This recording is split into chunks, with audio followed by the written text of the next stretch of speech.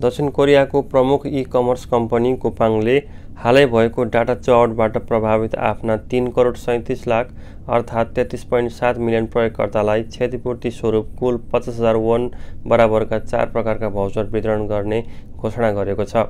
कम्पनीले सोमबार सार्वजनिक गरेको जानकारी अनुसार यी भाउचरहरू आउँदो महिनादेखि अर्थात् जनवरीदेखि वितरणको लागि तयार हुनेछन्। कुपाङको सेवा प्रयोग गर्न छाडिसकेका पूर्व प्रयोगकर्ताहरूले पनि मोबाइल टेक्स्ट सन्देश मार्फत भाउचर प्राप्त गर्न सक्नेछन्। कुपाङका कार्यवाहक प्रमुख सिइओ ह्यारोल्ड रोजर्सले भने, हाम्रा ग्राहकहरूप्रति जिम्मेवारी वहन गर्ने प्रयासको एक हिस्साका रूपमा हामीले यो क्षतिपूर्ति योजना तयार गरेका हौँ।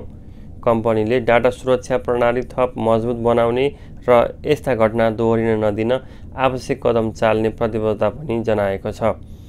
हवस् त साथीहरू, आजको लागि यति नै। अर्को पटक अर्को नयाँ अपडेट लिएर आउनेछु।